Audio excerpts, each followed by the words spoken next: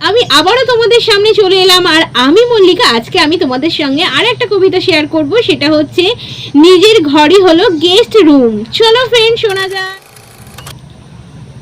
বিয়ের পর মেয়েরা হয় বাপের বাড়ির কুটুম।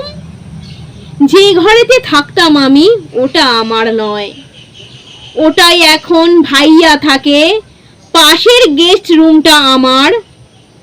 ঘরে ঢোকার মুখে মা বলল, গেস্ট রুমটায় যা, তোর ঘরটায় এখন তোর ভাই থাকে। মনটা আমার ভেঙে গেল মায়ের কথা শুনে। সত্যি আমি পর হয়েছি এই বাপের ভিটে থেকে। লাল সাদা ওই ঘরটা আজ হলুদ রং করা।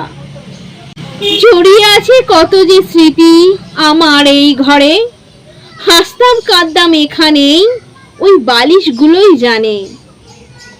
এই খাটটা জানতো আমার পিরিয়ডসের ব্যথা। আয়নায় আমি নিজেকে দেখতাম, লাগে আজ বড়ই একা। আমার ওই অ্যালবামটা আছে ঘরের কোণে। মা নেয় না কোনো খবর আমায় ফোন করে। বাবার আগের মতো মা বলে না। ভাই বলল, কখন এলি, চলে গেল ঘরে।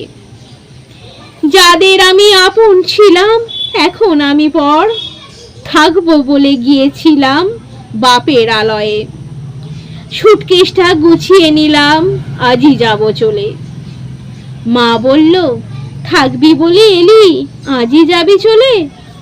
মাকে বললাম, ওটাই সংসার, যেতে হবে মোড়ে।